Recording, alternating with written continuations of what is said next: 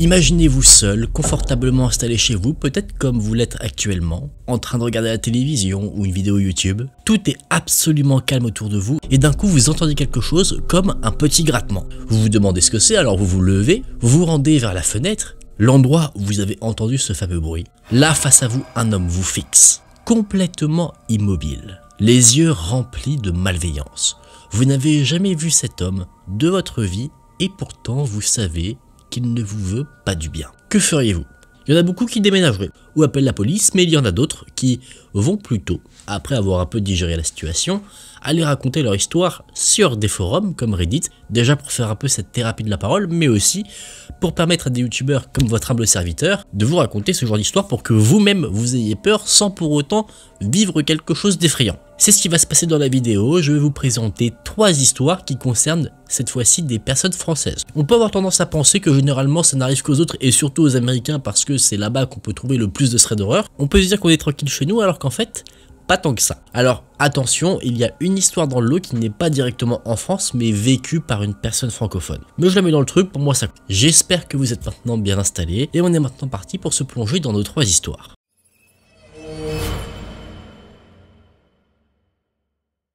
Nous allons commencer par le témoignage de Lucie. À l'époque, Lucie avait 14 ans. Elle était en classe de 3e et chaque année, un voyage scolaire en Espagne était organisé par les enseignants. C'était l'occasion pour les étudiants de rencontrer leurs correspondants. Le jour où la professeure d'espagnol a annoncé à la classe de Lucie qu'ils allaient partir, tout le monde était évidemment très euphorique. Je ne sais pas si vous-même vous avez déjà eu l'occasion de faire ce genre d'événement pendant votre scolarité, des voyages scolaires à l'étranger ou à rencontre des correspondants.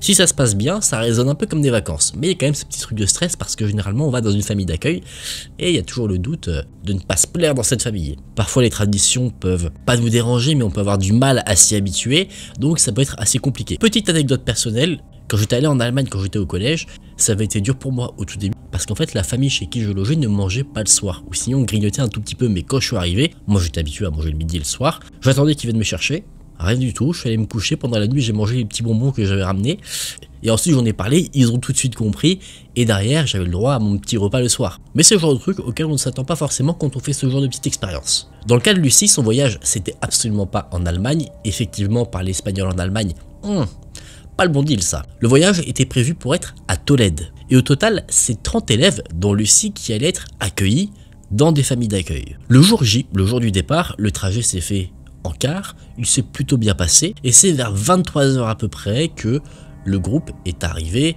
à sa destination. Bon, il y a un point très positif pour Lucie, c'est que dans la famille d'accueil où elle allait résider, elle n'était pas toute seule, elle avait avec elle 3 de ses amies, Manon, Louise et Marine. La famille d'accueil était très sympathique, chaleureuse, attentionnée vraiment aux petits soins de ses étrangères, pour elle en tout cas. Lucie explique que la maison était vraiment très grande pour le coup. Manon, elle, une des copines, avait sa chambre au bout d'un couloir au premier étage. Lucie était au rez-de-chaussée, Marine au 2e et Louise encore à une chambre à un étage. Les filles se sont donc installées, elles étaient assez fatiguées de leur périple, leur voyage. Peu de temps après être arrivées, elles se sont couchées, impatientes de vivre de nouvelles aventures en Espagne.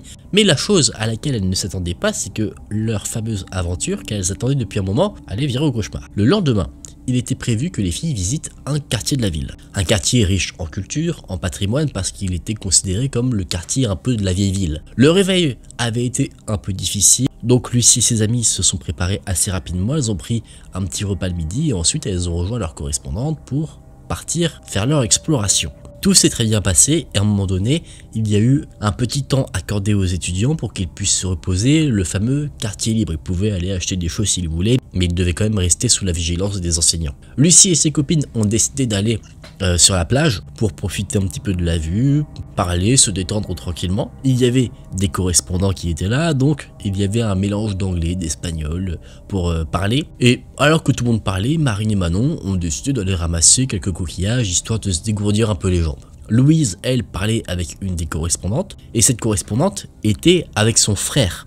Et là, ce frère avait disparu. Pourtant, toutes les filles l'avaient déjà vu. Il vivait dans la maison où elle logeait, il était là pendant le voyage, mais sur la plage, impossible de savoir où il est. D'abord, Lucie ne s'alarme pas. Elle se dit que peut-être il est allé parler avec un autre groupe. Donc, le temps passe un petit peu, Lucie se dit qu'elle va prendre quelques photos en souvenir, donc elle s'écarte du groupe, elle prend ses photos et puis elle est très fière, vraiment elle a un paysage magnifique devant elle, et alors qu'elle prend des photos, il y a quelque chose qu'elle ne remarque pas. Ce quelque chose qui est assez problématique, c'est que les correspondants et les accompagnateurs s'en vont. Donc quand elle arrive finalement à sortir son attention de ces fameuses photos, c'est là qu'elle se rend compte qu'elle est toute seule. Et c'est après cette réalisation que là elle commence vraiment à avoir peur. Elle est sur une plage, toute seule, ok, mais dans un pays étranger, à un endroit qu'elle ne connaît absolument pas, où elle ne maîtrise d'ailleurs pas la langue. Il est à peu près 18h30, 19h, elle se demande comment ça a pu arriver, comment elle a pu se retrouver dans cette situation, parce que selon le bon sens, quelqu'un l'aurait prévenu normalement, mais là, rien. Alors Lucie essaye d'abord de contacter ses amis. Elle n'a pas de réponse. De toute manière, c'est toujours quand on veut absolument parler à quelqu'un que la personne n'est pas là. Donc finalement, elle appelle quelqu'un qui sur le moment ne peut pas l'aider, sa mère. Elle a besoin d'être rassurée, ça on peut le comprendre. Sa mère l'écoute parce que Lucie lui dit tout, qu'elle est toute seule. Et évidemment, sa maman n'est absolument pas contente. Elle se dit comment c'est possible que ceux qui sont censés être responsables de ma fille l'abandonnent. Donc la maman raccroche, elle appelle de son côté la professeure d'espagnol parce qu'elle avait laissé son numéro au cas où aux parents. Et le professeur d'espagnol, lui, a contacté la famille d'accueil de Lucie. 5 minutes à peine après avoir décroché avec sa mère, elle la rappelle et là elle lui dit t'inquiète pas, tout va bien se passer, tout le monde est prévenu. Elle lui dit ne bouge pas, les gens vont venir. Bon, de toute manière, Lucie n'avait pas vraiment prévu de bouger. Elle n'allait pas s'aventurer dans une ville comme ça qu'elle ne connaît pas. Elle commence à stresser. Elle est totalement seule sur la plage. Vraiment, on enlève la ville en arrière-plan, on pourrait se dire qu'elle est dans un désert, tellement la plage est vide. Donc tout ça fait que Lucie ne se sent vraiment pas bien. Et là, son attention est captée par une silhouette. Rien de menaçant, absolument pas. C'était une femme, à l'allure plutôt soignée, qui marchait dans sa direction. La femme était en train de sourire, elle avait un peu les cheveux au vent. Un peu l'image cliché qu'on peut avoir. Donc Lucie se dit, à elle a l'air à l'aise ici, c'est probablement une espagnole. La femme aperçoit que Lucie est tout seule et elle s'approche d'elle. C'est elle qui entame la conversation et Lucie essaye de répondre tant bien que mal avec son espagnol. On rappelle qu'elle a un niveau 3e donc elle peut pas non plus raconter sa vie dans les moindres détails et être extrêmement bien comprise ou bien comprendre ce qui lui est dit. Il y en a qui arrivent, elle nous explique qu'elle avait plutôt un niveau moyen en soi. Donc Lucie utilise une langue dans laquelle elle est un peu plus à l'aise. Cette langue, c'est l'anglais. Elle lui dit en anglais « Je suis perdu, mais on devrait venir me chercher rapidement ». Là, la femme qui a entamé la conversation initialement sourit, presque poliment, et elle propose à Lucie, en anglais cette fois-ci, de la ramener chez elle. Lucie était touchée, elle dit « C'est gentil, mais non merci, on vient me chercher ». Elle refuse poliment. La conversation aurait pu s'arrêter là et la femme aurait pu repartir, mais ce n'est pas ce qu'il s'est passé. La femme a commencé à crier en anglais, voulant forcer Lucie à venir avec elle. La jeune fille, qui ne s'attendait absolument pas à ce genre de réaction, a été tout de suite tétanisée, elle ne pouvait plus bouger. La femme a attrapé son bras assez violemment et concrètement, elle essaye de traîner Lucie. Lucie a du mal à se débattre, elle commence à être entraînée et elle remarque dans quelle direction cette fameuse femme l'emmène. Elle l'emmène vers une sorte de parking un peu isolé et sur le parking, il y a une voiture. Tout de suite, dans la tête de Lucie, tout s'explique. Parce qu'elle voit qu'au volant de la voiture, il y avait un homme qui regarde la scène. Donc elle comprend que cet homme est en fait avec la femme et qu'il a envoyé la femme pour essayer de rassurer Lucie, pour qu'elle soit en confiance, mais au final, pour la kidnapper. Et là, concrètement, on peut dire que Lucie a été sauvée par le gong. Elle entend des voix. Des voix, c'était les voix de la famille d'accueil chez qui elle résidait, de ses amis, qui étaient en train de courir pour se précipiter vers elle. La femme qui était en train d'emmener Lucie, elle ne s'est pas dit qu'elle allait prendre la fuite, non, elle était vraiment dans son objectif, d'enlever Lucie, donc elle continuait d'essayer de la tirer. Le père de la famille d'accueil a réussi à arriver rapidement, il a écarté la femme qui tenait Lucie. Louise, une des copines de Lucie, a appelé le numéro de la police espagnole, le 091, et elle a passé son téléphone au fils de la famille d'accueil pour qu'il puisse expliquer ce qu'il se passe. Tout le monde s'est assuré que Lucie allait bien, que rien ne lui soit arrivé d'autre que la situation qu'elle a vécue. Elle était extrêmement muette, en fait, elle était encore dans ce truc de... Elle subit la situation. Qu'est-ce qui s'est passé derrière? On ne sait pas vraiment. Lucie a été emmenée pour être mise en sécurité, loin de tout ça. Est-ce que la fille a été arrêtée? Est-ce qu'il y a eu des explications? En tout cas, dans le témoignage, on n'en a pas. Mais ce qui reste encore, en tout cas aujourd'hui, dans la tête de Lucie, ce sont les fameux hurlements en anglais de la femme qui a essayé de l'enlever quand elle lui disait « tu viens avec moi ». Ça, elle s'en souvient très bien, et aussi de la sensation d'impuissance quand elle était tirée par la femme sur la plage pour aller vers la voiture. Depuis ce jour, elle a une méfiance vraiment énorme vis-à-vis de toutes les personnes qu'elle ne connaît pas qui souhaitent lui offrir de l'aide à cause de cette situation. Elle se dit, cette expérience lui a fait apprendre dans la douleur qu'il fallait toujours se méfier, surtout des inconnus, même ceux qui paraissent les plus inoffensifs, parce que parfois les apparences peuvent être extrêmement trompeuses et mener vers quelque chose de fatal, en l'occurrence dans le cas de Lucie, une tentative d'enlèvement.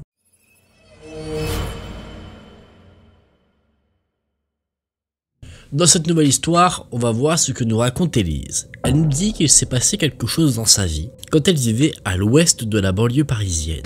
À cette époque, et encore aujourd'hui d'ailleurs, elle vivait dans une ville qu'elle considère comme plutôt animée. Elle avait plein de voisins, il y a plein d'activités. Dans les quartiers, il y avait plein d'enfants. Vraiment, elle explique que c'était un endroit où il faisait vraiment bon vivre.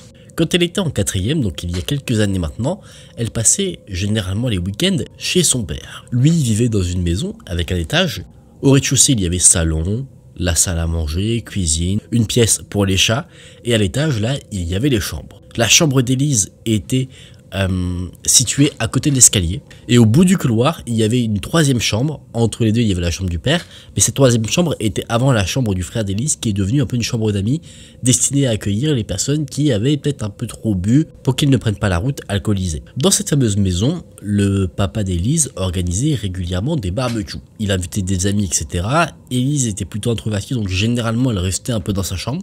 Le père invitait 3 ou 5 amis. Élise venait faire coucou, dire bonjour, elle repartait, et le père en faisait assez régulièrement, vraiment.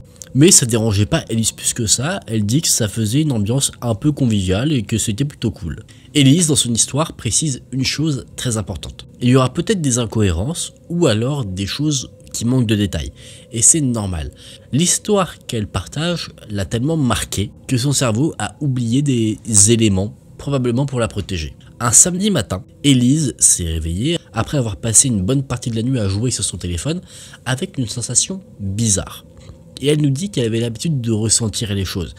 Par exemple, elle dit qu'elle avait à un moment donné un pressentiment qu'il allait lui arriver une bonne action. Et effectivement, elle a gagné 30 € sur un jeu à gratter. Mais là, elle ne sait pas pourquoi, elle a un mauvais pressentiment. Bon, là, elle était seule à la maison avec son père, donc elle ne s'alarme pas. Elle se dit que c'est peut-être juste un petit sentiment passager. Son père vient la voir et lui dit, un peu comme il avait l'habitude, que le soir même, il avait prévu de faire un barbecue, d'inviter des amis et invité exceptionnel. D'ailleurs, à ce moment-là, un de ses cousins qui avait 50 ou 60 ans. La journée a suivi son cours, Élise s'est occupée ici et là, mais elle avait toujours ce sentiment qui la dérangeait, donc elle a essayé de faire partir un peu tout ça en parlant avec des amis, et petit à petit, effectivement, ce sentiment s'est dissipé. Le soir arrive, le repas a lieu, et le père d'Élise l'appelle pour qu'elle vienne manger.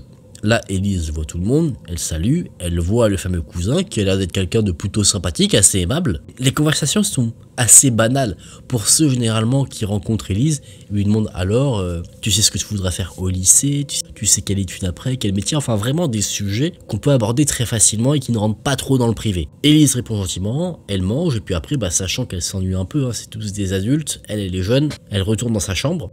Et quand justement elle retourne dans sa chambre, elle se rend compte qu'il est à peu près 22 h. Elle était un peu fatiguée, donc elle a décidé de se coucher. Elle se met au lit, elle s'endort, mais 1 heure après, elle se réveille. Elle était dans le noir et elle s'est réveillée parce qu'elle sentait qu'il y avait une main qui était posée sur ses hanches. Elle en est sûre, elle sentait vraiment le toucher d'une personne et elle sentait aussi que dans la pièce où elle était, il y avait quelqu'un. Et ce quelqu'un a passé sa main sous son t-shirt et commencé à lui caresser le ventre. Au bout de quelques secondes, Élise a réussi à trouver le courage de se lever et d'allumer la lumière, et c'est là qu'elle a vu que dans son lit se trouvait le fameux cousin.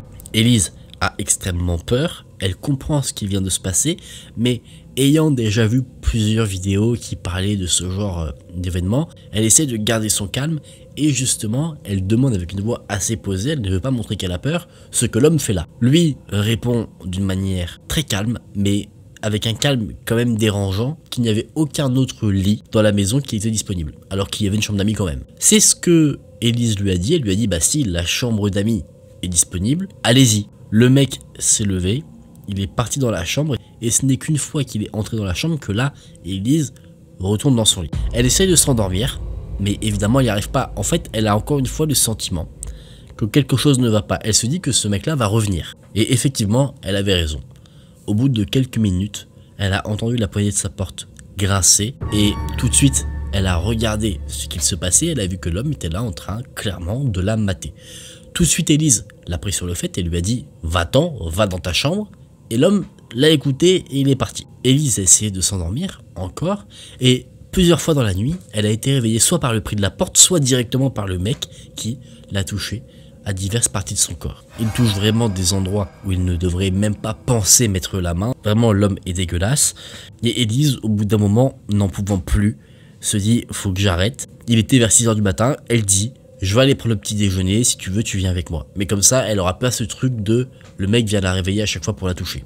L'homme, lui, était un peu mécontent, il aurait préféré probablement qu'Élise continue à essayer de dormir pour la mater ou la toucher. Dans la salle à manger, elle s'est servi un verre de lait, le mec s'est fait un café, ensuite ils se sont assis côte à côte sur le canapé, et là, l'homme a commencé à poser des questions à Élise sur son corps, ses expériences, des choses très intimes, et Élise, elle, répondait plutôt nerveusement, mais toujours un peu sur le ton de la blague. Elle ne répondait pas vraiment aux questions, mais elle était quand même très mal à l'aise. À un moment donné, elle a prétendu avoir oublié quelque chose dans sa chambre. Elle y est donc allée, elle a profité de ce laps de temps où elle était seule pour envoyer un message à sa maman. Sa mère a vu le message tout de suite, elle l'a appelée et elle lui a demandé de décrire précisément la situation. Élise a commencé à tout décrire et c'est là que son propre père est rentré dans la pièce. Il a écouté un peu d'une oreille ce qu'elle disait et il est reparti. Concrètement, il ne comprenait absolument pas la situation dans laquelle Élise se trouvait. D'ailleurs, il allait parler avec le mec tordu, très tranquillement. Alors, le père, lui, demandait plusieurs fois à l'invité de partir, mais lui, il semblait vouloir rester ici. On se demande bien pourquoi, dis donc, mais finalement, il a réussi à le faire partir juste avant que la mère d'Élise n'arrive. Tout de suite, la maman a demandé si Élise allait bien. Et évidemment, il y a eu une énorme dispute entre le papa d'Élise et sa maman, parce qu'à la maman disait mais comment c'est possible que tu fasses rentrer un prédateur d'enfants près de notre fille, etc. Élise, elle, était complètement épuisée, elle n'avait pas dormi de la nuit, du coup elle allait dormir. Et quand elle s'est réveillée, sa mère lui a dit que le soir elle n'allait pas dormir chez son père, elle allait rentrer avec elle à la maison. La police a été prévenue, on a demandé à Élise de donner ses vêtements au cas où qu'il y ait des empreintes. Elle ne se souvenait plus du nom du fameux cousin, c'était un cousin assez éloigné. Le père, lui, normalement s'en souvenait parce que c'était vraiment quelqu'un qui ne côtoyait pas vraiment habituellement la famille. Et le pire dans cette histoire, bon déjà, il y a ce qui est arrivé à Élise. Mais c'est que ce mec n'a jamais été arrêté. Mais en plus, c'est qu'il n'en était pas à son coup d'essai et beaucoup de gens le savaient. Un ami du père d'Élise a dit qu'il avait déjà eu ce comportement avec d'autres enfants. Et les personnes qui savaient tout ça ne se sont pas dit qu'il serait potentiellement bon de prévenir des parents vis-à-vis de cet individu. Ma question c'est, dans quel monde vivons-nous? J'ai clairement du mal à comprendre comment on peut côtoyer ce genre d'individu. Parce que d'un côté, après ce n'est peut-être que mon avis, mais savoir que la personne fait ça, ou a fait ça, et ne rien faire, ne rien dire, à mon sens, c'est être complice. Parce que je pense clairement que dans le cas de notre histoire, si le père d'Élise avait été au courant que cet homme avait eu des comportements par le passé déplacés, et déjà il l'aurait pas invité chez lui, il l'aurait encore moins laissé dormir chez lui. Ou en tout cas j'espère, vraiment. On peut que prier pour que cet homme soit arrêté rapidement et qu'il n'ait pas fait de mal à d'autres jeunes personnes, mais déjà ce qu'il a fait c'est beaucoup trop. Là où il faut aussi porter notre attention c'est sur Élise, on peut que prier aussi pour qu'elle se remette de tout ça et qu'elle arrive à mener une vie des plus paisibles et joyeuses après ces durs événements qu'elle a vécus.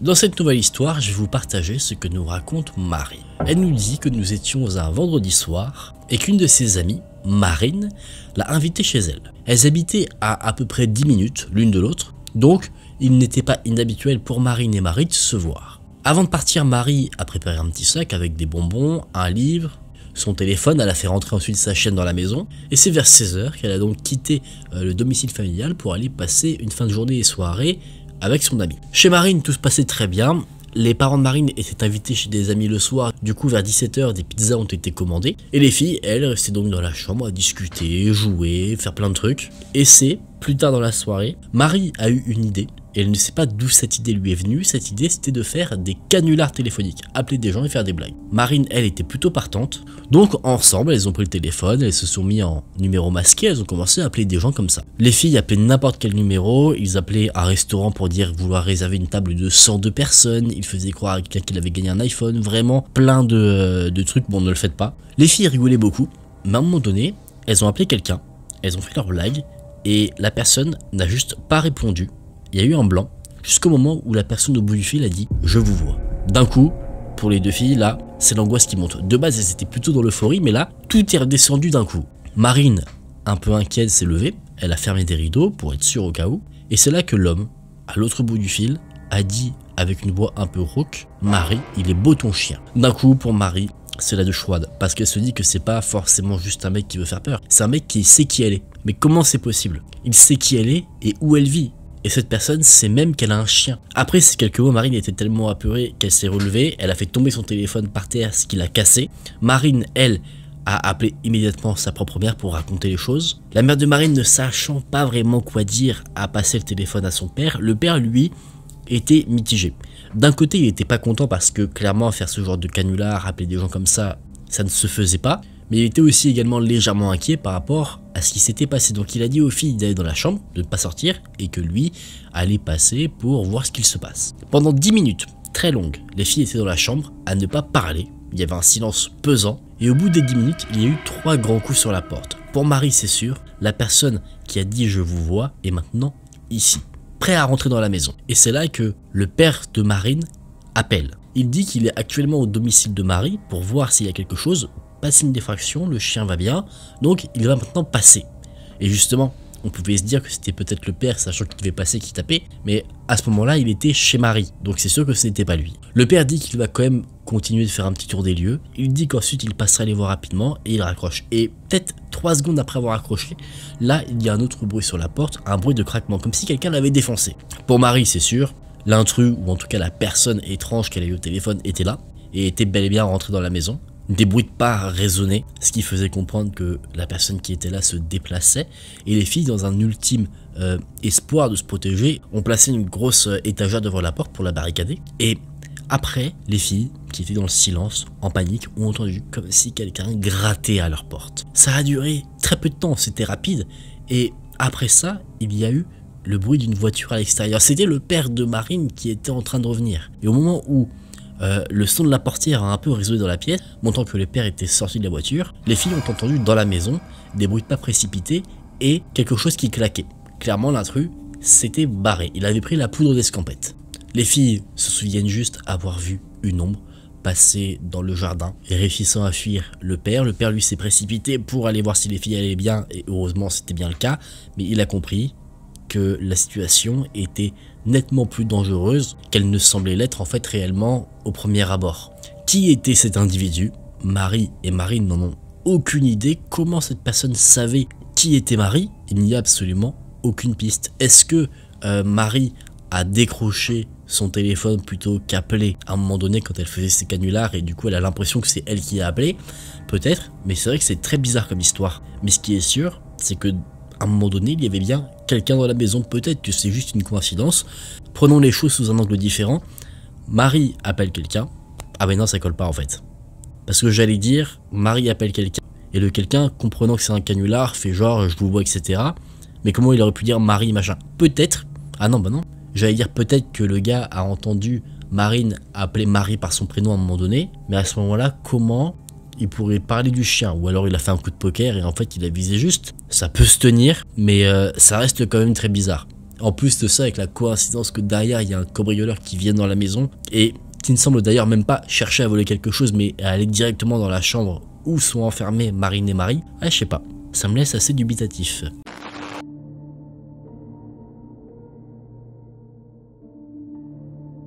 Mesdames et messieurs, j'espère que vous avez passé un excellent moment en ma compagnie. Personnellement, j'ai beaucoup aimé vous partager ces histoires. J'espère que ça vous a plu. Si c'est le cas, comme d'habitude, je vous laisse mettre un j'aime et vous abonner à la chaîne. Vous pouvez aussi me rejoindre sur Instagram, n'hésitez pas à me suivre là-bas. On en a fini pour la vidéo. Si vous êtes arrivé jusque là, marquez dans les commentaires un truc. C'est le petit mot de fin de vidéo, plutôt simple celui-ci. Merci d'avoir été présent jusqu'à la fin. Je vous dis à très vite dans une prochaine vidéo. Prenez soin de vous, c'était Aiken.